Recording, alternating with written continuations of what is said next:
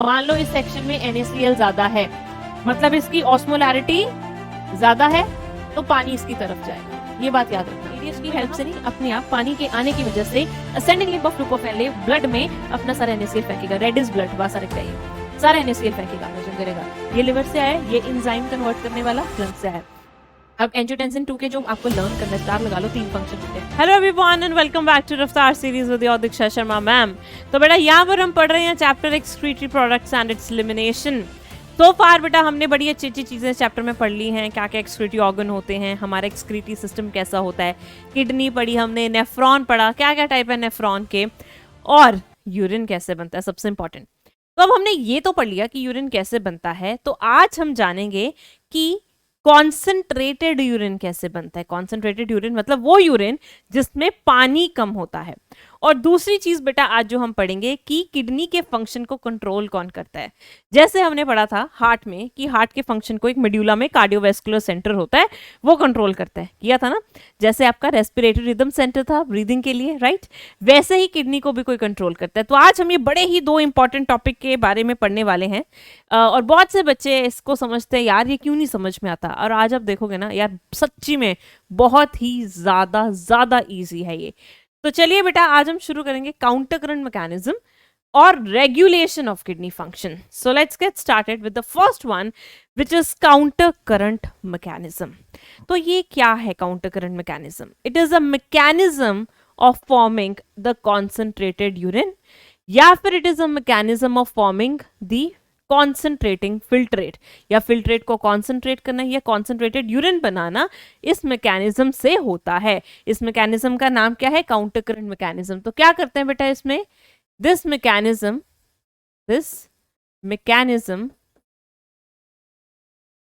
helps to form concentrated मतलब गाढ़ा जिसमें पानी कम हो, कॉन्सेंट्रेटेड यूरिन, या फिर mechanism of concentration of filtrate, mechanism of concentration of filtrate, right. ये काम होता है इससे। दूसरी बात बेटा, ये जो मैकेनिज्म है ये कौन करवाता है, ये या फिर ये मैकेनिज्म कहाँ होता है? देखो once upon a time in previous class हमने क्या किया था? हमने किया था 2 तरह के नेफ्रॉन होते हैं, एक कॉर्टिकल एक जक्स्टामेडुलरी। जाएं पीछे, क्या पढ़ा था हमने इसमें? फ्लैशबैक देखें तो इसमें हमने क्या किया था बेटा, जक्स्टामेडुलरी जो नेफ्रॉन है वो वाटर शॉर्टेज कंडीशन में काम करते हैं, जब पानी की कमी हो जाए। बेटा जब पानी की कमी होगी तभी तुम्हें कॉन्सेंट्रेटेड यूरिन बनाना होगा, क्योंकि तुम नहीं चाहते तुम्हारी बॉडी से बिल्कुल एकदम पानी एक्स्ट्रा बाहर निकले, ठीक है। और जो कॉर्टिकल है वो नॉर्मल कंडीशन में काम करते हैं। तो यहाँ पर जो नेफ्रॉन पार्टिसिपेट करते हैं वो है जक्स्टामेडुलरी नेफ्रॉन। उसका रीजन क्या है? क्योंकि जक्स्टामेडुलरी नेफ्रॉन में अगर आपने देखा होगा कि वासा रेक्टा होती है ब्लड वेसल, और वो बिल्कुल पास पड़ी होती है असेंडिंग लिंब ऑफ लुपोफेले में, किया था ना हमने ये, राइट, रिमेंबर। तो यहां पर जो नेफ्रॉन काम करते हैं बेटा वो कौन से हैं? Juxtamedullary nephron. Juxtamedullary nephron participate here, right. और क्यों करते हैं? क्योंकि वहां पर आपको वासा रेक्टा मिलता है और वहां पर आपको लंबा लिंब ऑफ लुपोफेले मिलता है, और वो दोनों बिल्कुल पास में प्रेजेंट होते हैं। इसे हम कहते हैं प्रॉक्सिमिटी। प्रॉक्सिमिटी मतलब बिल्कुल पास में होना। अगर मैं बोलूं दिस बोर्ड इज, और या this board is present in proximity to me, इसका मतलब है कि ये बोर्ड मेरे बिल्कुल बगल में प्रेजेंट है, पास में प्रेजेंट है। वैसे ही यहां पर किसकी प्रॉक्सिमिटी है बेटा जक्स्टामेडुलरी नेफ्रॉन में? The proximity of vasa recta and loop of Henle, ठीक है। इस प्रॉक्सिमिटी की वजह से ही बेटा काउंटर करंट चलता है। किसकी वजह से चलता है ये काउंटर करंट? ये क्योंकि पास में प्रेजेंट है वासा रेक्टा और लुपोफेले। अगर ये ना होते तो शायद ये ना चलता। दूसरी बात बेटा, इस काउंटर करंट का मीनिंग क्या होता है? काउंटर का मतलब होता है ऑपोजिट, करंट का मतलब होता है फ्लो। क्या मतलब है इसका? काउंटर करंट का ऑपोजिट फ्लो। चलिए देखिए क्या मतलब है इस ऑपोजिट फ्लो का। इफ यू रिमेंबर, हमने बेटा एक स्ट्रक्चर बनाया था लूपोफेले का, descending limb of loop of Henle and ascending limb of loop of Henle. बनाया था ना हमने ये ऐसा कुछ, राइट? तो यहाँ पे बेटा अगर आप देखोगे, this is the descending limb of loop of Henley. इसमें फ्लो नीचे जा रहा है इसलिए इसको हम डिसेंडिंग लिम्ब कहते हैं। इसमें फिल्ट्रेट का फ्लो ऊपर जा रहा है इसे, इसलिए हम इसे ascending limb of loop of Henley कहते हैं। तो अगर आप देखोगे दोनों का फ्लो क्या है बेटा, उल्टा है। यहाँ पर उल्टा फ्लो हो रहा है, मतलब ऑपोजिट डायरेक्शन में हो रहा है, जिससे हम काउंटर करंट कहते हैं। क्या कहते हैं? Counter current. एक ऑपोजिट फ्लो तो यहाँ चल रहा है, काउंटर करंट यहाँ चल रहा है, एक और जगह चल रहा है। वो जगह क्या है बेटा, इसके राउंड आपको याद है एक ब्लड वेसल प्रेजेंट थी जिसका नाम था वासा रेक्टा। अभी लिखा कि यहाँ पर हमने they are present in proximity to each other किया ना, vasa recta and loop of Henle is present in proximity to each other. इसमें भी वासा रेक्टा में भी बेटा ऑपोजिट फ्लो होता है। ये इसकी डिसेंडिंग लिम्ब है, ये इसकी असेंडिंग लिम्ब है। अगर आप देख सकते हो इनमें भी ऑपोजिट फ्लो है, इनमें भी ऑपोजिट फ्लो है, इनका आपस में भी बिल्कुल फ्लो ऑपोजिट है। ये असेंडिंग लिम्ब है इसकी, तो ये इसकी डिसेंडिंग लिम्ब है। ये इसकी असेंडिंग लिम्ब है तो इसकी डिसेंडिंग लिम्ब है। तो यहाँ पर बेटा काउंटर करंट या फिर ऑपोजिट फ्लो कहाँ कहाँ चल रहा है? एक चल रहा है लूप ऑफ हेनले में और दूसरा ऑपोजिट फ्लो चल रहा है बेटा वासा रेक्टा में। ठीक है, ये ऑपोजिट फ्लो, पहला रीजन ये ऑपोजिट फ्लो और वासा रेक्टा और लूप ऑफ हेनले की नजदीकी की वजह से आपका काउंटर करंट मैकेनिज्म चल रहा है, जिससे आपका यूरिन क्या बनेगा? कॉन्सेंट्रेटेड बनेगा। क्या बनेगा? कॉन्सेंट्रेटेड। ऑल्सो यहां पर बेटा अगर आपको याद होगा, अभी हमसे बेसिक करें, अभी मैंने आपको मैकेनिज्म अभी भी नहीं शुरू किया समझाना, अभी से बेसिक चीजें बता रही हूं। अगर आपको याद होगा ये पोर्शन होता है कॉर्टेक्स, नीचे वाला होता है मेड्यूला। किया था ना बेटा हमने ये। कॉर्टेक्स टू मेड्यूला बेटा ऑस्मोलैरिटी 300 से शुरू होती है, देन 600, देन 900, देन 1200 मिलियोस्मोल पर लीटर होता है। ये ऑस्मोटिक ग्रेडियंट, ये से कहते हैं ऑस्मोटिक ग्रेडियंट, ऑस्मोलैरिटी का जो नीचे मेड्यूला में जाते हुए चेंज हो रहा है, वो आता है इसी काउंटर करंट मैकेनिज्म की वजह से। और उसमें दो चीजें इस ग्रेडियंट को मेंटेन करने में हेल्प करते हैं, एक आपका NaCl और दूसरा आपका urea.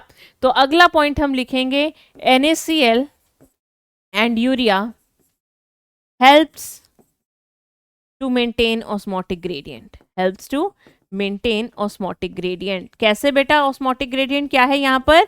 From 300 to 1200 milliosmole across medulla,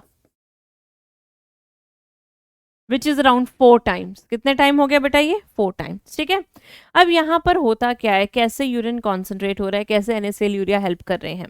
सबसे पहली बात, counter current is opposite flow, मैं दोबारा रिपीट कर रही हूँ। और दूसरा, यहाँ पर कौन से दो चीजें पार्टिसिपेट कर रहे हैं, एक वासा रेक्टा और एक लूप ऑफ हेनले।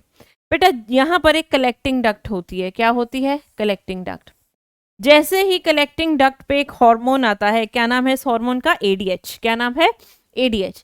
जैसे ही कलेक्टिंग डक्ट पे ADH काम करेगा, हमने किया था ना फंक्शन ऑफ ट्यूब्यूल पे कि इसमें जब ADH आता तो वाटर का रीअब्जॉर्प्शन करवाता है। अगर नहीं पता, पीछे वाला लेक्चर बहुत अच्छे से पढ़ के आना, फिर इसे पढ़ना, अदरवाइज बेटा मुश्किल हो जाएगा आपके लिए। ठीक है, तो यहाँ पे बेटा ये जो कलेक्टिंग डक्ट है, what is this? This is a collecting duct. जैसे इस पे ADH आएगा, मान लो ये ADH है, यहाँ पर मॉलिक्यूल्स बना देते हैं ADH के, दिस इज ADH। बेटा जैसे इस पे ADH आएगा तो इसका वाटर बाहर निकलना शुरू हो जाएगा इस स्पेसेस में। इसे हम कहते हैं मेड्यूला की इंटरस्टिशियल स्पेसेस। तो इसमें बेटा क्या आना शुरू हो गया? इसमें वाटर का रीअब्जॉर्प्शन शुरू हो गया। तो आप देख सकते हो ये मेड्यूला की मैट्रिक्स में पानी भरना शुरू होगा। क्या भरना शुरू होगा? पानी भरना शुरू होगा। ठीक है, आपको भी पता है बेटा, जब भी पानी जिधर जाता है, जब पानी जिधर जाता है तो उसकी तरफ सॉल्ट आना शुरू हो जाएगा, आ जाएगा ना बेटा। तो यहाँ पे क्या होता है, ये जो आपकी असेंडिंग लिम्ब है ये NaCl निकालना शुरू कर देती है। क्या निकालना शुरू कर देती है? NaCl। इसमें बेटा जब NaCl बाहर आना शुरू होता है तो ऑस्मोलैरिटी बढ़नी शुरू होगी। ऑस्मोलैरिटी बढ़नी शुरू होगी। ध्यान से बात सुनो। सबसे पहले क्या होता है, जिधर सॉल्ट उधर वाटर, ये स्टोरी पहले आप याद रखो। सबसे पहले यहाँ ऑपोजिट हुआ, यहाँ पर पानी आना शुरू हुआ तो यहाँ पे ऑस्मोलैरिटी कम हो गई, तो इसकी वजह से इसका सॉल्ट लेस ऑस्मोटिक वाली जगह पर जाना शुरू हुआ, बाहर निकलना शुरू हुआ। ऊपर वाली सेगमेंट एक्टिवली NaCl निकालती है, नीचे वाली पैसिवली निकालती है। तो क्योंकि यहाँ पर पानी आया, सबसे पहले पैसिव वाली सारा NaCl बाहर निकालेगी। अब यहाँ पर जब बेटा क्या आया, ब्लड आया, क्या आया यहाँ पे, ब्लड आ रहा है ना। तो यहाँ पर जब ब्लड आता है, ब्लड की ऑस्मोलैरिटी होती है 300। वो जैसे ही नीचे आता है तो उसको यहाँ पे NaCl ज्यादा मिलता है। जहाँ जहाँ सॉल्ट ज्यादा होगा वहां ऑस्मोलैरिटी ज्यादा होगी। ध्यान से सुनो, पहले एक बेसिक क्लियर करती हूँ तुम्हारा। मान लो इस सेक्शन में NaCl ज्यादा है, मतलब इसकी ऑस्मोलैरिटी ज्यादा है, तो पानी इसकी तरफ जाएगा, ये बात याद रखना। तो यहाँ पर क्या हो रहा है बेटा, सबसे पहले क्या हुआ था, अब यहाँ पर जब NaCl बाहर आया तो इस एरिया में NaCl का कॉन्सेंट्रेशन बढ़ा। तो जब ब्लड की कम ऑस्मोलैरिटी थी, उसने देखा इधर ऑस्मोलैरिटी ज्यादा है, तो उसके अंदर सॉल्ट जाना शुरू हो गया। तो ये सॉल्ट बेटा अब कहाँ एंट्री मारेगा, सॉल्ट ब्लड के अंदर एंट्री मारेगा, जिसकी वजह से down the medulla osmolarity blood की बढ़नी शुरू होगी, जिसकी वजह से down the medulla osmolarity blood की बढ़नी शुरू होगी। तो ब्लड 300 था, यहाँ पर 1200 मिली ऑस्मोल की ऑस्मोलैरिटी ले लेगा, या उसकी ऑस्मोलैरिटी हो जाएगी। कैसे होगी, क्योंकि इसके अंदर क्या एंटर कर रहा है, NaCl। दोबारा बता रही हूँ, इससे बाहर NaCl जा रहा है, this is loop of Henley.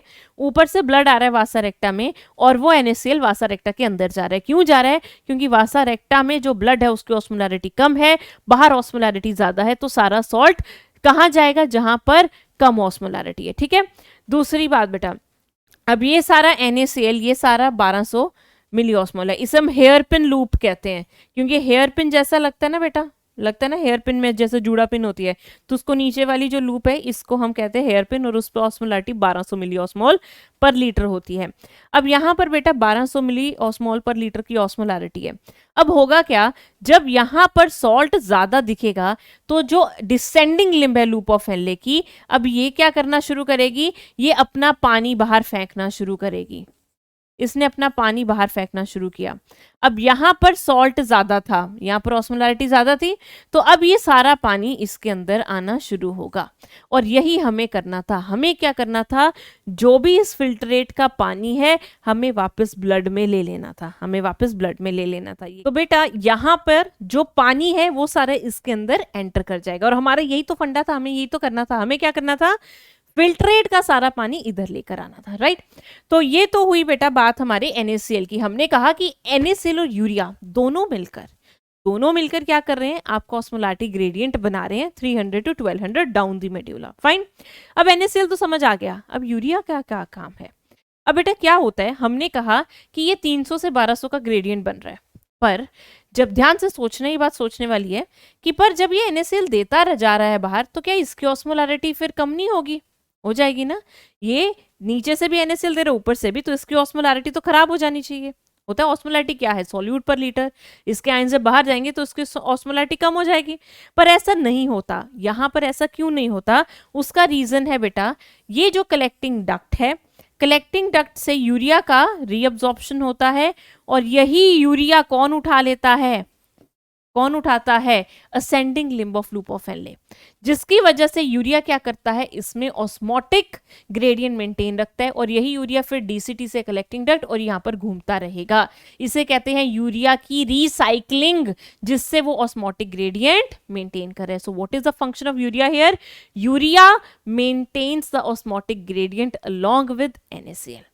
दूसरी बात, अब बेटा यहाँ पर आप देख सकते हैं, हमने लिखा भी था जो पीछे, हमने लिखा कि NaCl और यूरिया मेंटेन ऑस्मोटिक ग्रेडियंट कितना, 300 से 1200 क्रॉस मेड्यूला, और इसकी क्या है ऑस्मोलैरिटी मिली ऑस्मोल्स पर लीटर, ये यूनिट है, राइट, ये बोला हमने। अब तो ये कितने गुना हुआ, 300 से 1200, 4 टाइम हुआ। तो हम कहते हैं कि हमारा डाउन द मेड्यूला ऑस्मोलैरिटी 4 गुना बढ़ती है, और इस हेयर पिन लूप पे, हेयर पिन क्या था, वो पिन होता है ना हेयर पिन जूड़ा वाला, उसकी जैसे नीचे कर्व होता है, इसका भी वैसे है, तो इसे हम बोल देते हैं हेयर पिन लूप। इस पे 1200 मिली ऑस्मोल पर लीटर की ऑस्मोलैरिटी है। अब आप देख सकते हो बेटा कलेक्टिंग डक्ट यहाँ पर खत्म हो रही है, और यहीं पर क्या बनेगा, यूरिन बनेगा, and this urine now will be concentrated, क्योंकि यहाँ पे हम उसका सारा पानी निचोड़ चुके हैं, तो यहाँ पर जो भी आपका फिल्ट्रेट आ रहा है उसमें पानी कम है, इसने भी सारा पानी रीअब्सॉर्ब कर लिया, तो यहाँ पर जो यूरिन बना उसमें पानी कम है, तो उसे बोलेंगे कॉन्सेंट्रेटेड यूरिन। अब आप देखोगे यहाँ पर 300 ऑस्मोलैरिटी, यहाँ पे 1200, ठीक है। तो 300 से 1200 अगर देखोगे आप, यहां पर अगर 300 मिली ऑस्मोलैरिटी उसकी है तो नीचे आते आते 4 गुना वो कॉन्सेंट्रेट हो गया। 300 से 1200 4 गुना होता है ना, तो यहां पर अगर आप देखोगे 1200 मिली ऑस्मोल पर लीटर की ऑस्मोलैरिटी है, तो हम बोलते हैं कि यूरिन 4 टाइम्स कॉन्सेंट्रेटेड है। ओके चलो, तो यहां पर बेटा क्या पॉइंट्स हम लेकर जाएंगे साथ में, एक जक्स्टा मेडुलरी नेफ्रॉन हेल्प करते हैं, दूसरा क्योंकि वासा रेक्टा और लूप ऑफ एनले में ऑपोजिट फ्लो है और साथ में प्रेजेंट है, प्रॉक्सिमिटी है, बगल में पड़े हैं, तभी ये इसका काउंटर करंट चल रहा है। और उसमें NaCl यूरिया बहुत इंपॉर्टेंट रोल प्ले कर रहे हैं क्योंकि वो ऑस्मोटिक ग्रेडियंट मेंटेन कर रहे हैं। कितने गुना? 4 गुना, जिससे 4 गुना कॉन्सेंट्रेटेड आपका यूरिन बनेगा। ठीक है, दूसरी बात, अब बेटा ये काउंटर करंट बहुत आसान है, आपको सिर्फ इसमें अगर दो कॉन्सेप्ट क्लियर हैं, पहला सारे स्ट्रक्चर्स, वासा रेक्टा क्या है, लूप ऑफ एनले क्या है, असेंडिंग डिसेंडिंग क्या है, दूसरा कौन सा क्या कर रहा है, कौन सा परमिएबल है, कौन सा इम्परमिएबल है, किस में से कौन सी चीज कहाँ जा रही है। ऑल्सो आपको ये पता होना चाहिए ऑस्मोलैरिटी का कॉन्सेप्ट। अगर आपको ये पता है कि अगर किसी चीज की ऑस्मोलैरिटी ज्यादा है, किसी की लो है, तो salt high to low move करेगा और जहां ज्यादा सॉल्ट होगा पानी उसकी तरफ ज्यादा आएगा। ऑस्मोसिस वाला सिंपल फंडा, राइट। तो आपके लिए काउंटर करंट बिल्कुल हलवा है। फाइन, अब चलो बेटा इसे हम एनिमेशन की फॉर्म में देखेंगे, पर उससे पहले हम इसके 3 प्रोसेस जो है मेन इसमें हो रहे हैं उसको ब्रीफ करते हैं। सबसे पहले NaCl of ascending limb of loop of Henle. अगर ये मेरे पास असेंडिंग लिम्ब है लूप ऑफ एनले की, इसका NaCl एक्सचेंज हो रहा है with the descending limb of vasa रेक्टा। पहला पॉइंट ये हुआ। ओके, दूसरा, इसके NaCl के ब्लड में आ जाने की वजह से ब्लड की ऑस्मोलैरिटी बढ़ती है, जिससे बेटा क्या होता है, जिससे क्या होता है, आपका जो descending limb of loop of Henle है, because it is only permeable to what, it is only permeable to water, तो ये सारा अपना वाटर किसको दे देता है, now water will be exchange between descending limb of loop of Henle and ascending limb of vasa recta. ठीक है, तो ये बस इतना सा बात है, ये काउंटर करंट है, यही एक्सचेंज हो रहा है और कुछ नहीं हो रहा। फाइन, ऑल्सो यहाँ पर रीअब्जॉर्प्शन वाटर की और कौन करवा रहा है, ADH के कहने पे कलेक्टिंग डक्ट, जो हमने स्टार्टिंग में किया था। चलो इसे बेटा हम एनिमेशन की फॉर्म में देखते हैं कि कौन सी चीज किधर जा रही है। सबसे पहले मैम ने क्या बताया, ADH आएगा तो 2 काम होंगे यहाँ पर, एक तो वाटर की रीअब्जॉर्प्शन होगी, वाटर की रीअब्जॉर्प्शन होगी, राइट। साथ ही साथ ADH की हेल्प से नहीं, अपने आप पानी के आने की वजह से ascending limb of loop of Henle blood में अपना सारा NaCl फेंकेगा, रेडिश ब्लड, वासा रेक्टा, ये सारा NaCl फेंकेगा, जिसकी वजह से नीचे जाते हुए ब्लड की ऑस्मोलैरिटी बढ़ेगी, क्योंकि NaCl उसमें एंटर कर रहा है तो ब्लड की ऑस्मोलैरिटी बढ़ेगी। अब बेटा क्या होगा, जब ब्लड की ऑस्मोलैरिटी बढ़ जाएगी तो जो इसमें पानी है वो ब्लड के ज्यादा ऑस्मोलैरिटी के होने की वजह से पानी सारा इसमें एंटर करता जाएगा, राइट। तो सिंपल फंडा, इधर सॉल्ट जा रहा है, ब्लड की ऑस्मोलैरिटी बढ़ रही है, और जहां सॉल्ट ज्यादा होता है पानी उसी की तरफ जाता है। यही हो रहा है बेटा आपके काउंटर करंट मैकेनिज्म में। चलो अब बेटा हम देखते हैं कि जो यूरिन बना है, इस यूरिन का कॉम्पोजिशन क्या होता है। Urine, let's talk about urine now. सबसे पहले यूरिन कितना बनता है हमें, 1 से 1.5 लीटर पर डे, ये हमने पिछली क्लास में भी डिस्कस किया था, per day urine is formed, right. इसका कलर क्या होता है, what is the colour of urine, what is the colour of urine, it is pale yellow in colour. अगर बहुत डार्क येलो है मतलब आप में ज्यादा कॉन्सेंट्रेटेड यूरिन है, उसमें आपका पानी कम है, राइट। इसके अलावा बेटा ये ट्रांसपेरेंट होता है। और अगर मैं बात करूं यूरिन में होता क्या है, what is present in the urine, 96% in the urine is still the water, 2% is urea. और हम कितना यूरिया बेटा एक्सक्रीट करते हैं, 25 to 30 gram urea per day हम एक्सक्रीट करते हैं, एंड 2% अदर थिंग्स। उस अदर थिंग्स में क्या आ सकते हैं, अदर सॉल्यूट्स में, जैसे यूरिक एसिड, क्रिएटिनिन, ये सारे हमारे बॉडी के वेस्ट होते हैं। क्रिएटिनिन भी बेटा एक वेस्ट होता है, ये आपको मैं लोकोमोशन बताऊंगी। हमें एक क्रिएटिनिन फॉस्फेट होता है जो एनर्जी देता है मसल को, वो जब टूटता है तो वो भी एक्सक्रीट आउट हो सकता है। इसके अलावा कुछ वाइटामिन्स, सम टॉक्सिन्स, ये सब चीजें आपके यूरिन में एक्सक्रीट आउट होते हैं, सब drugs, right. So all these things they can be excreted out in the urine. सो ये था बेटा आपका यूरिन का कॉम्पोजिशन. ये था यूरिन का composition. Write down, you can write this up.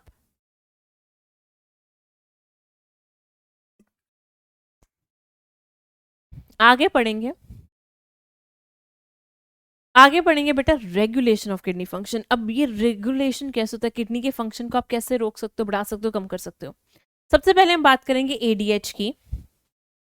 ADH का दूसरा नाम है वेसोप्रेसिन. क्या नाम है बच्चे? वेसोप्रेसिन. सबसे पहले इसका नाम वेसोप्रेसिन क्यों है? क्योंकि ये बेटा कॉन्स्ट्रिक्शन करता है ब्लड वेसल की. क्या करता है? वेजो कॉन्स्ट्रिक्शन. वेजो मतलब blood vessel and pressin is constriction. Okay, constriction, इसलिए इसका नाम वेसोप्रेसिन भी है. It's a hormone. क्या है ये? हार्मोन. एडीएच की फुल फॉर्म क्या है बेटा? Anti diuretic hormone. राइट, तो इसके नाम से पता लग रहा है ये एक हार्मोन है. अब वर्ड डायूरेटिक जब यूज हो ही गया है, so let's talk about diuresis. Diuresis क्या होता है? Formation of dilute urine. Formation of dilute urine. तो ये डायूरेसिस नहीं होने देता, डाइल्यूट यूरिन नहीं बनने देता. डाइल्यूट यूरिन वो होता है जिसमें पानी बहुत ज्यादा होता है, हमें वो नहीं बनने देना. रीजन क्या है? पानी का लॉस हो जाएगा. देखा आपने अभी काउंटर करंट में एडीएच आया था, वाटर का रीअब्जॉर्प्शन करवाया था, और काउंटर करंट का मेन काम क्या था? पानी कंजर्व करना, फिल्ट्रेट से पानी ब्लड में लेकर आना. ठीक है, तो बेटा होता क्या है, let's talk about the hormone first. हमारे पास एक ब्रेन में ऑर्गन होता है या पार्ट होता है ब्रेन का बेटर से, हाइपोथैलेमस, जो नीचे ग्लैंड से अटैच होता है, पिट्यूटरी ग्लैंड. कौन सी gland? Pituitary gland. Right. Hypothalamus is also a gland and it is also part of your brain. Hypothalamus में न्यूरॉन्स होते हैं जो लंबे लंबे सेल्स हैं, और वो नीचे पोस्टीरियर पिट्यूटरी तक आते हैं. कहां तक आते हैं? पोस्टीरियर पिट्यूटरी तक. पिट्यूटरी के दो पार्ट होते हैं बच्चे. This is the anterior pituitary. ये हम केमिकल कंट्रोल एंड कोऑर्डिनेशन में भी पढ़ेंगे. This is the anterior pituitary gland and this is the posterior pituitary gland. Posterior pituitary gland का दूसरा नाम क्या है? इसका दूसरा नाम है न्यूरोहाइपोफाइसिस. तो कभी कभी वर्ड न्यूरोहाइपोफाइसिस भी आ सकता है. अब होता क्या है बच्चे, यहां पर आपके यहाँ पर लंबे न्यूरॉन सेल्स हैं, वो शुरू हाइपोथैलेमस से होते हैं, नीचे आते हैं आपके पोस्टीरियर पिट्यूटरी तक. जो आपका न्यूरॉन होते हैं उसके दो पार्ट होते हैं, ऊपर वाला साइटोन, नीचे वाला एक्सोन. तो जो हमने ये बनाया ये साइटोन है. एक और बना के बताती हूँ मैं आपको. ये साइटोन है और ये सारा एक्सोन है. ठीक है, ये एक्सोन है.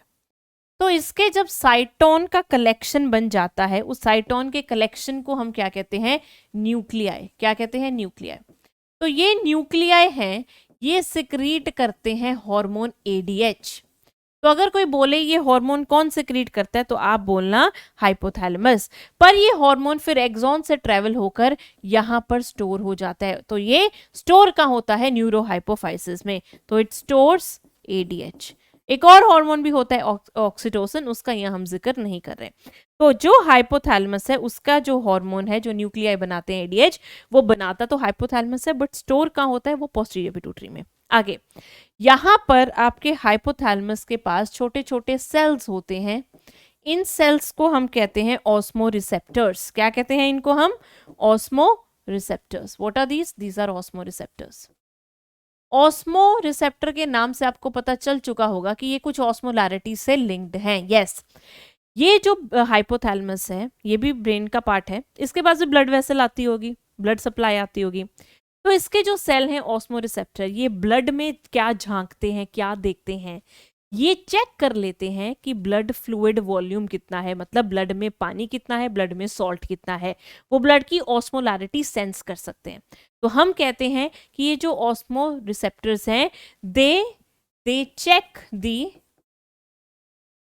और they are stimulated by the body fluid volume और आयोनिक कॉन्सेंट्रेशन. ठीक है, अब होता क्या है, इमेजिन करो तुम्हारी बॉडी में पानी की कमी हो गई, पानी की कमी हो गई, तो ये ऑस्मो रिसेप्टर्स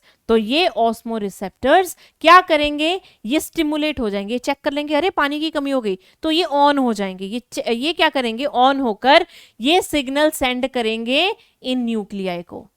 ये न्यूक्लियाई फिर पोस्टीरियर पिट्यूटरी को बोलेंगे कि एडीएच का सिक्रीशन करो, रिलीज करो, इसे बाहर निकालो।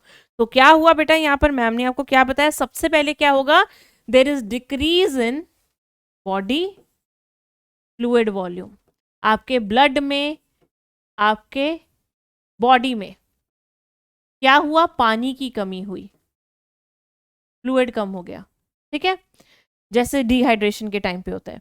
उससे बेटा क्या होगा, ऑस्मो रिसेप्टर्स स्टिमुलेट होंगे, osmoreceptors are stimulated, osmoreceptors are stimulated. अभी ऑस्मो रिसेप्टर स्टिमुलेट होके क्या करेंगे, ये आगे किससे बुलाएंगे, ये बुलाएंगे हाइपोथैलेमस को। अब हाइपोथैलेमस क्या करेगा, hypothalamus will stimulate the release of ADH from neurohypophysis which is posterior pituitary, क्योंकि ये हार्मोन स्टोर वहां पर होते हैं। अब ये एडीएच क्या करेगा, ये एडीएच बच्चे दो काम करेगा, क्या करेगा, दो काम करेगा। पहला काम क्या करेगा, क्योंकि इसका दूसरा नाम है वेसोप्रेसिन, तो ये क्या करेगा, vasoconstriction of blood vessel, vasoconstriction of blood vessel. मान लो आपके पास एक ब्लड वेसल है, ये मान लो ब्लड वेसल है, तो जहां एडीएच लगेगा वो उसके ल्यूमन को नैरो करेगा, इसे हम कहते हैं कॉन्स्ट्रिक्शन। यहां पर उसने क्या किया बेटा, एडीएच ने वेसो कॉन्स्ट्रिक्शन करा, इसकी वजह से इधर जो फ्लो होगा वो ऑब्स्ट्रक्ट हो जाएगा, रेजिस्टेंस लगेगी, जिससे जब फ्लो रुकेगा तो ब्लड प्रेशर बढ़ जाएगा। जैसे अगर आप पाइप को कई बार क्या करते थे, जब आप पानी देते हो पौधे वगैरह को पाइप से, तो आप अगर प्रेशर बढ़ाना होता है तो पाइप को आगे से ऐसे नैरो कर देते हो, पिचका देते हो, तो वही एडीएच करे, तो जब आप पिचका दोगे तो ब्लड का प्रेशर बढ़ जाएगा।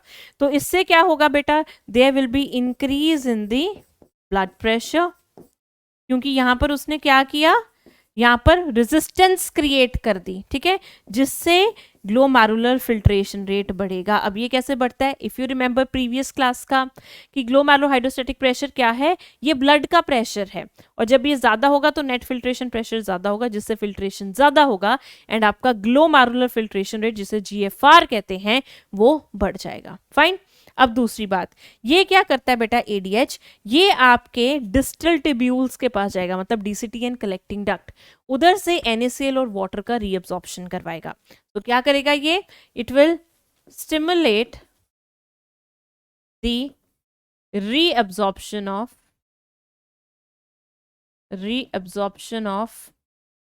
NaCl and water from distal tubules,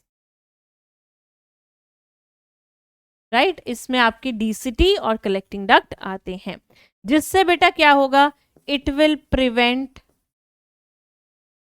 water loss in urine, जिसे हम कहते हैं, जिसके लिए हम क्या यूज करते हैं term, diuresis, that means it will prevent diuresis और वाटर लॉस, ठीक है।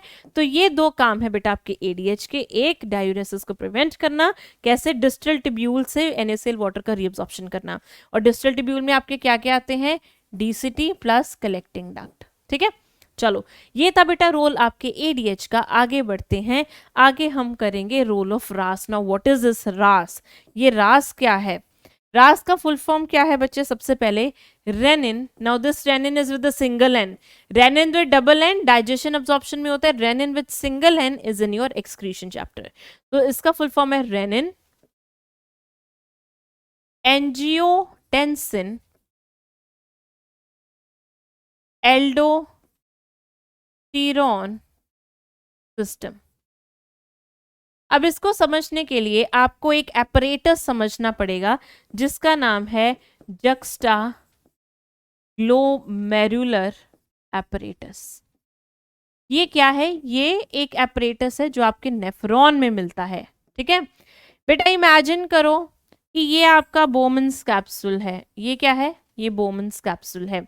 बोमन्स कैप्सूल में यहाँ पर एफरंट आर्टीरियोल आती है। क्या आती है बेटा? एफरंट आर्टीरियोल आती है। ठीक है, चलो इसको इधर बनाते हैं थोड़ा to make it more clearer. So if this is your Bowman's capsule and this is your afferent arteriole, ये क्या है बच्चे? एफरंट, ये ईफरंट। ईफरंट ब्लड लेकर जाती है, एफरंट वाइडर होती है, ये ब्लड लेकर आती है। तो चलो लेबल करते हैं इसे, ये है एफरंट आर्टीरियोल।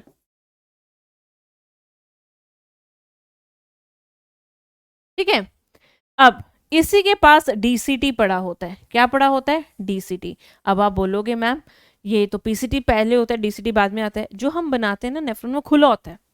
यहाँ पे नेफ्रॉन है, ठीक है, आपका मालपीजियन बॉडी स्टार्ट हो रहा है, और यहाँ पर पीसीटी, ये लूप ऑफ फैनली, ये डीसीटी।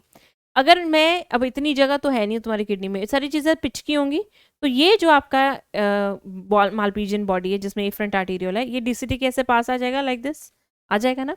तो ये इस तरह से डीसीटी पास होती है। तो ये हुई बेटा आपकी डीसीटी, डिस्टल कॉन्वोल्यूटेड ट्यूब्यूल। तो जो सेल एफरंट आर्टीरियोल के डीसीटी के पास होते हैं वो भी स्पेशल होते हैं, और जो सेल डीसीटी के एफरंट के पास होते हैं वो भी स्पेशल होते हैं। ठीक है, ये स्पेशल सेल हैं। इन सेल का नाम क्या है? इन सेल का नाम है जेजी सेल और जक्स्टा ग्लोमेरुलर सेल। क्या नाम है? जेजी सेल और जक्स्टा ग्लोमेरुलर सेल। इन सेल का नाम क्या है? Macula densa. क्या नाम है? Macula densa. जेजी सेल बेटा क्या क्या सिक्रीट करते हैं? सबसे पहले दे सिक्रीट रेनिन, RENIN, जिसका एक्सक्रीशन एंड ऑस्मो रेगुलेशन में बहुत इंपॉर्टेंट रोल है, और किडनी फंक्शन में। तीसरा एरिथ्रोपोइटिन। अब ये एरिथ्रोपोइटिन का क्या काम है? एरिथ्रो मतलब RBC, एरिथ्रोपोइसिस मतलब formation of RBC, and erythropoietin is like hormone जो एरिथ्रोपोइसिस करवाता है। It helps in erythropoiesis. तो अगर किसी की किडनी डैमेज हो जाए तो ये जेजी सेल्स भी नहीं रहेंगे, और एरिथ्रोपोइटिन भी नहीं आएगा, और एरिथ्रोपोइसिस भी नहीं आए होगा, तो उस बंदे को अनीमिया भी हो सकता है। तो किडनी के जाने से भी अनीमिया हो सकता है। कैसे?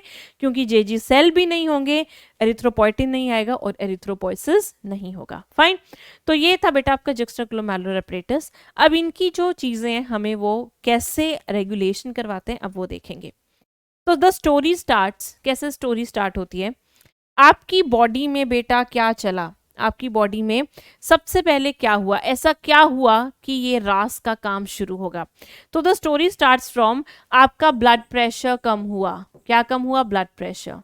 ठीक है, देखो हमने पीछे किया था, जब ब्लड प्रेशर बढ़ता है, जब ब्लड प्रेशर बढ़ता है तो GFR बढ़ता है, ये किया था। अब अगर मैं बोलूं मेरा ब्लड प्रेशर कम हुआ तो ग्लोमेरुलर हाइड्रोस्टैटिक प्रेशर भी कम होगा, जिससे मेरा GFR बेटा क्या होगा? कम होगा। तो ब्लड प्रेशर कम हुआ, GFR कम हुआ, मतलब ग्लोमेरुलर फिल्ट्रेशन फिल्ट्रेशन रेट कम हुआ, जिसकी वजह से मेरा फिल्ट्रेट भी कम बनेगा ना। अगर ऊपर से ब्लड ही कम प्रेशर में आया, नीचे छना भी कम, तो फिल्ट्रेट जो छना हुआ पार्ट है वो भी कम बना। अगर फिल्ट्रेट कम बना है तो फिल्ट्रेट मतलब अगर छनी चीज कम है तो उसमें NaCl भी कम होगा ना। सारी चीजें देखो कैसे इंटरलिंक्ड है। अगर प्रेशर कम है तो छनेगा कम, अगर छनेगा कम बेटा तो फिल्ट्रेट भी कम बनेगा। Yes, there will be less filtrate, या फिल्ट्रेट बहुत धीरे धीरे बनेगा। ठीक है, लेस फिल्ट्रेट फॉर्म्ड और स्लो फिल्ट्रेशन, और स्लो फिल्ट्रेशन, राइट, जिससे बेटा NaCl भी कम होगा। जैसे ही हम में NaCl कम होता है, जैसे ही हम में NaCl कम होता है, तो इस चीज को कौन पहचान लेता है? इस चीज को पहचान लेते हैं आपके ये वाले सेल, मैक्यूला डेंसा सेल। ठीक है, अगर यहाँ पर फिल्ट्रेशन ही कम होगी, ठीक है, जैसे इधर आते हैं, चलो इधर हम बनाते हैं सिंपल टर्म्स में। ये आपका नेफ्रॉन है बच्चे, ठीक है, ये डीसीटी है। अगर मेरी यहाँ पर फिल्ट्रेशन ही कम हुई तो फिल्ट्रेट भी कम होगा, उसमें सॉल्ट भी कम होगा, तो ये मैक्यूला डेंसा के सेल्स इसे पहचान लेंगे, ये इसे पहचान लेंगे कि सॉल्ट क्या है, कम है। तो NaCl के कम होने की वजह से कौन एक्टिवेट होगा, activation of macula densa cell. तो मैक्यूला डेंसा सेल के लिए एक्टिवेशन पॉइंट क्या है, आपके फिल्ट्रेशन में NaCl की कमी। अब ये जब एक्टिवेट हो जाएंगे तो ये अपने बगल वाले सेल को भी एक्टिवेट कर देंगे जिनका नाम है जेजी सेल। इससे क्या होगा, activation of Jazzy sales.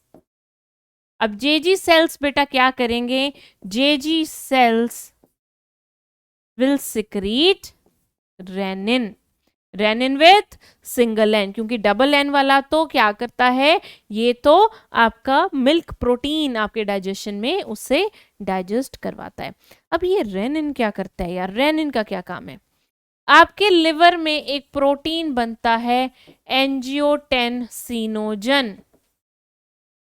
Angiotensinogen कहां से आया, लिवर से। अब ये रेनिन, ये लिवर से आया है किडनी में, अब ये रेनिन इस एंजियोटेंसिनोजन को किस में कन्वर्ट कर देगा, एंजियोटेंसिन 1 में, एंजियोटेंसिन 1 में। ये सारे प्रोटीन्स हैं बेटा, ठीक है। Angiotensin 1 will then be converted into angiotensin 2 which is the काम करने वाला, ये सबसे मेन है एंजियोटेंसिन 2। पर एंजियोटेंसिन 2 को किसने कन्वर्ट किया, ACE ने, जो लंग्स से आया, ठीक है, from lungs. What is ACE, ACE की फुल फॉर्म क्या है, angiotensin converting enzyme, angiotensin converting enzyme, ठीक है। दोबारा से बता रही हूं, एंजियोटेंसिनोजन जो लिवर से आता किडनी में पड़ा हुआ था, पर जब रेनिन आया, रेनिन कैसे आया, क्योंकि फिल्ट्रेट में NaCl कम था, NaCl को मैक्यूला डेंसा सेल ने पहचान लिया, मैक्यूला डेंसा सेल ने जेजी को एक्टिवेट किया, जेजी ने क्या बनाया, रेनिन बनाया। अब ये रेनिन जो लिवर से एंजियोटेंसिनोजन आया था उसे एंजियोटेंसिन 1 में कन्वर्ट करेगा, 1 2 में कन्वर्ट होगा। अब 2 बड़े इंपॉर्टेंट काम करता है। 2 क्या करता है बेटा, इसका सबसे इंपॉर्टेंट फंक्शन क्या है, इट्स अ पावरफुल वेजो कॉन्स्ट्रिक्टर। ये क्या है बेटा, इट्स अ पावरफुल वेजो कॉन्स्ट्रिक्टर। तो ये वेजो कॉन्स्ट्रिक्शन करेगा, और आपको भी पता है जब भी ब्लड वेसल वेजो कॉन्स्ट्रिक्ट करती है तो ब्लड प्रेशर बढ़ता है, और जब ब्लड प्रेशर बढ़ता है तो GFR बढ़ता है। तो ये क्या करेगा बेटा, कम हुए हुए GFR को बढ़ा देगा। हो गया, एक रेगुलेशन हो गई। दूसरा, ये क्या करता है बेटा, ये एड्रीनल कॉर्टेक्स के पास जाता है, किसके पास जाता है, एड्रीनल कॉर्टेक्स। एड्रीनल कॉर्टेक्स भी एक ग्लैंड है, किडनी के ऊपर ही पड़ी होती है, और ये कुछ हार्मोन बनाते हैं कॉर्टिकॉइड्स, उनमें से एक इसका हार्मोन है एल्डोस्टेरोन। तो एड्रीनल कॉर्टेक्स के पास जाएगा और एड्रीनल कॉर्टेक्स को क्या कर देगा, स्टिमुलेशन। एड्रीनल कॉर्टेक्स स्टिमुलेट हुई, it will secrete aldosterone hormone. अब ये एल्डोस्टेरोन क्या करता है, हमने किया था conditional reabsorption of DCT. DCT में कंडीशनल रीअब्जॉर्प्शन में मैंने बताया था कि ADH से होती है, जिसमें NaCl वाटर का रीअब्जॉर्प्शन होता है। एक एल्डोस्टेरोन क्या करता है बेटा, conditional reabsorption of Na positive and water in DCT, in DCT. कई बार सिर्फ डिस्टिलेटिब्यूल भी लिख देते हैं तो भी ठीक है। तो इससे क्या होगा बेटा, अगर आपका वाटर, अगर आपका सोडियम और जो वाटर है उसका रीअब्जॉर्प्शन होगा तो क्या होगा, आपके बॉडी में सोडियम ज्यादा होगा, जिससे ओवरऑल ब्लड प्रेशर ज्यादा होगा और GFR आपका बढ़ेगा। तो इससे भी सोडियम के ज्यादा होने से increase in sodium, increase in blood pressure, increase in GFR। आपने सुना होगा ना कि जिसका बीपी हाई होता है उसको कहते हैं सॉल्ट कम खाया करो, कहते हैं ना, क्योंकि NaCl टूटेगा Na में, तो Na क्या होता है बेटा, Na क्या करता है, डीपोलराइजेशन करवाता है हमें, जिससे क्या होता है, आपका ब्लड प्रेशर बढ़ता है और GFR ज्यादा हो जाता है। इसके अलावा बेटा, इसके अलावा एंजियोटेंसिन 2 क्या करता है, ये PCT से भी, किससे, PCT से, PCT को बोलता है किसका, सोडियम एंड वाटर रीअब्जॉर्प्शन करो। तो ये 3 काम करता है। इस तरह से आपकी बॉडी में रास भी क्या कर रहा है, रेगुलेशन कर रहा है। इसको एक बार देखो अच्छे से, क्या हुआ, आपके शरीर में ब्लड प्रेशर कम था, जिससे जीएफआर कम हुआ, NaCl फिल्ट्रेट में कम हुआ क्योंकि फिल्ट्रेट कम बना। अब वो मैकुलर डेंसर सेल को एक्टिवेट करेगा, वो जेजी सेल को करेगा, जेजी सेल रेनिन बनाएगा, रेनिन इसका कन्वर्जन करेगा, एसी इसका कन्वर्जन करेगा। ये लिवर से आया, ये इंजाइम कन्वर्ट करने वाला लंग से आया। अब एंजियोटेंसिन 2 के जो आपको लर्न करना है, स्टार लगा लो, 3 फंक्शन होते हैं। एक ये वेजोकॉन्स्ट्रिक्टर है, एक ये एल्डोस्टेरोन को निकलवाता है, एक ये पीसीटी से NaCl और वाटर का रीअब्सॉर्प्शन करता है। फाइन, ये था बेटा रेगुलेशन बाय रास। नेक्स्ट है role of ANF। Now what is this ANF? ANF का फुल फॉर्म क्या है? एट्रियल या atria natriuretic factor. Atria, ये कौन सा एट्रिया बेटा? हार्ट वाला। ये कहां से आता है? It's a peptide, peptide secreted by atria of heart, दिल का। ठीक है, जैसे ही आपकी बॉडी में ब्लड प्रेशर ज्यादा होता है, क्या होता है? ज्यादा ब्लड प्रेशर ज्यादा होता है।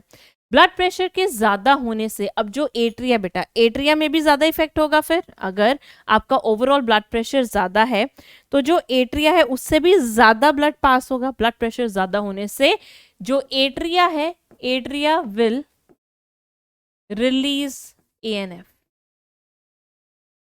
Atrial natriuretic factor. अब ये ANF क्या करता है? सबसे पहले ANF करवाता है वेजोडाइलेशन।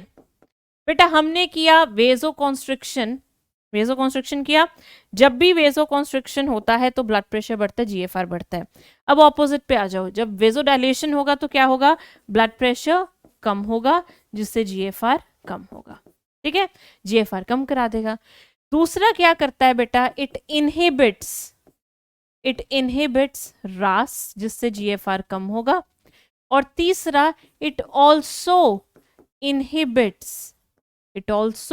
Inhibits your ADH। अगर ADH इनहिबिट हो गया बच्चे तो क्या होगा? There will be diuresis, loss of water in urine. ठीक है, तो आपकी बॉडी में नेचुरली ANF डायूरेसिस करवाता है, मतलब ज्यादा से ज्यादा क्या करता है? आपका क्या फॉर्मेशन करवाएगा? पानी वाला यूरिन बनाएगा। दूसरा डायूरेसिस और कौन कौन करवाता है आपकी बॉडी में? डायूरेसिस और कौन कौन करवाता है? अल्कोहल भी डायूरेसिस करवाता है, जिससे वाटर लॉस होता है, डिहाइड्रेशन होती है। आपकी कॉफी भी कराती है क्योंकि उसमें कैफीन होता है, टी भी, क्योंकि इन दोनों चीजों में क्या होता है बेटा? कैफीन। तो ये सब चीजें क्या कराते हैं आपकी बॉडी में? डायूरेसिस। ठीक है, अदरवाइज ADH क्या कर रहा था? ऑपोजिट काम कर रहा था। ADH क्या कर रहा था बेटा? NaCl वाटर का रीअब्जॉर्प्शन करवा रहा था आपके डिस्टल ट्यूब्यूल से, जिससे डायूरेसिस ना हो। और जब डायूरेसिस नहीं होगी तो वाटर दोबारा बैलेंस हो जाएगा आपकी बॉडी में, और ऑस्मोरिसेप्टर्स जो स्टिमुलेट हुए हैं वो बंद हो जाएंगे। आपकी बॉडी में ADH का ऐसा रेगुलेशन होता है। बट अगर आप मान लो कॉफी वगैरह पी लेते हो, टी वगैरह पी लेते हो, तो ये ADH सप्रेस हो जाता है। So it is suppressed, ADH is suppressed by diuretics। Diuretic क्या होते हैं? वो चीजें जो डायूरेसिस करवाते हैं, जिसमें आता है अल्कोहल, कॉफी, ठीक है, क्योंकि जिनमें कैफीन होती है, जैसे टी हो गया। और दूसरा कुछ ड्रग्स भी होती हैं जो डायूरेटिक होती हैं, जो आपका डायूरेसिस करवाती हैं। और डायूरेसिस कैसे होता है बेटा? क्योंकि ये सब सामान, ये सब चीजें इस हार्मोन को सप्रेस कर देती हैं। फाइन, चलो बेटा ये थी रेगुलेशन। अब करते हैं हम कुछ क्वेश्चन। वाह, ये तो राइम हो गया ना, रेगुलेशन क्वेश्चन, है ना? हो गया ना? आज मैं थोड़ा ज़्यादा सीरियस हो गया ना क्लास में। क्यों? बड़ा सीरियस था समझने वाला, क्योंकि ये नहीं समझे तो कुछ नहीं समझे, अगर ये समझ गए तो हम भी खुश और आप भी खुश। चलो बेटा क्वेश्चन करते हैं। An adult human excrete on an average dash litres of urine per day. Very simple यार, कितना यूरिन बनाते हैं? 1 to 1.5। तो आंसर क्या हुआ? 2।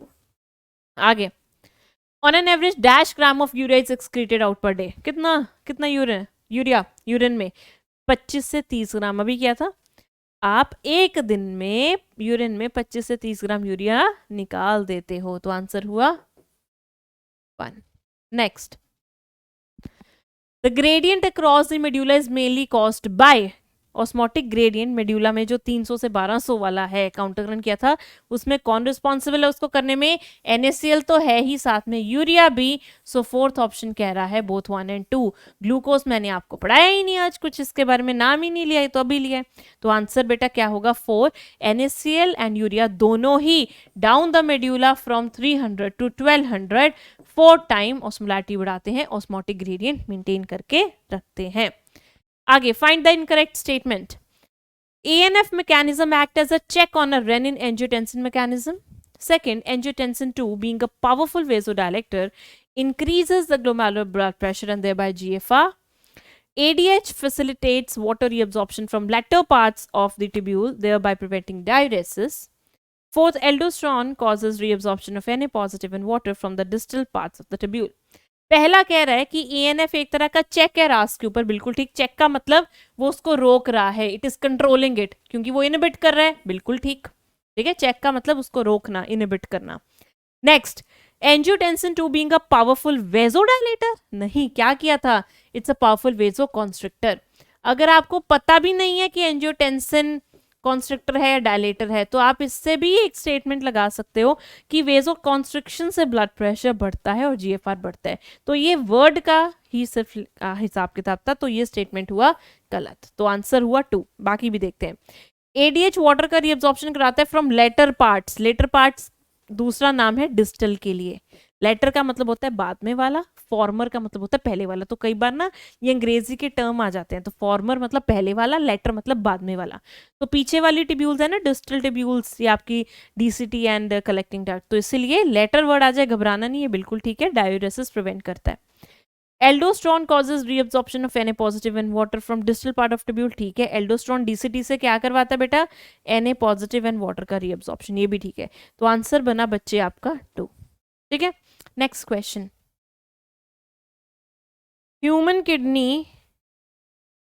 kidneys can produce urine nearly dash time concentrated than the initial filtrate form. कितना time urine concentrate कर सकती है हमारी किडनी काउंटर करंट से? Maximum 4 times. तो यहां पर आंसर होगा बेटा 4।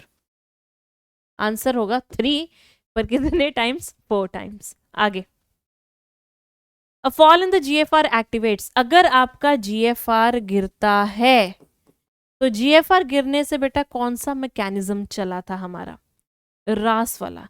GFR गिरा तो उसकी वजह से फिल्ट्रेट कम बना, NaCl कम आया, तो कौन से सेल एक्टिवेट हुए? अल्टीमेटली JG सेल, जिन्होंने क्या सिक्रेट किया? रेनिन। तो पहला ही स्टेटमेंट ठीक है जो कह रहा है जक्स्टाग्लोमेरुलर सेल्स क्या रिलीज कर रहे हैं? रेनिन।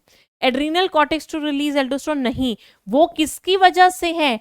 एंजियोटेंसिन 2 की वजह से। तो ये डायरेक्ट इफेक्ट नहीं है, ये इनडायरेक्ट है।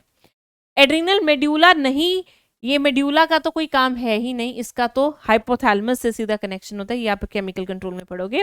Posterior pituitary to release vasopressin, बेटा ये ADH वाला कंट्रोल था। तो आंसर बनेगा आपका फर्स्ट। ठीक है, आगे। Which of the following does not favor the formation of large quantity of dilute urine? इनमें से ऐसा कौन सा है जो डाइल्यूट यूरिन बनाने के हक में नहीं है? ANF डायूरेसिस करवा रहा था, क्यों? क्योंकि ये इनहिबिट करता है बेटा किसको? ADH को। तो अगर ADH इनहिबिटेड होगा तो डायूरेसिस होगी, तो ये तो डायूरेसिस करवाएगा, ये यूरिन में ज्यादा पानी निकालेगा। हमें वो ढूंढना है जो यूरिन में ज्यादा पानी नहीं निकालेगा। अल्कोहल, कैफीन, ये सारे डायूरेटिक सब्सटेंसेस हैं। ये डायूरेटिक सब्सटेंसेस भी बेटा क्या करते हैं? ये भी ADH को इनहिबिट करते हैं, जिससे डायूरेसिस होती है। रेनिन वाटर की रीअब्जॉर्प्शन करवा रहा है, तो वो इस हक में नहीं है कि पानी का ज्यादा लॉस हो किसमें? यूरिन में। वो PCD को भी बोल रहा है NaCl वाटर का रीअब्जॉर्प्शन कर, वो एल्डोस्टेरोन को भी सिक्रीट करवा रहा है, जिससे वो कह रहा है कि वाटर का रीअब्जॉर्प्शन कराओ। तो आंसर बेटा आपका क्या बनेगा? 4th बनेगा। Fine. So which of the following does not favour the formation of large quantity of dilute urine? Renin. Indirectly पूछ लिया, देखो उन्होंने। आगे है, बहुत बड़ा धन्यवाद। तो हम मिलेंगे बेटा नेक्स्ट क्लास में। नेक्स्ट क्लास में हम और कुछ भी पढ़ेंगे इस चैप्टर के बारे में।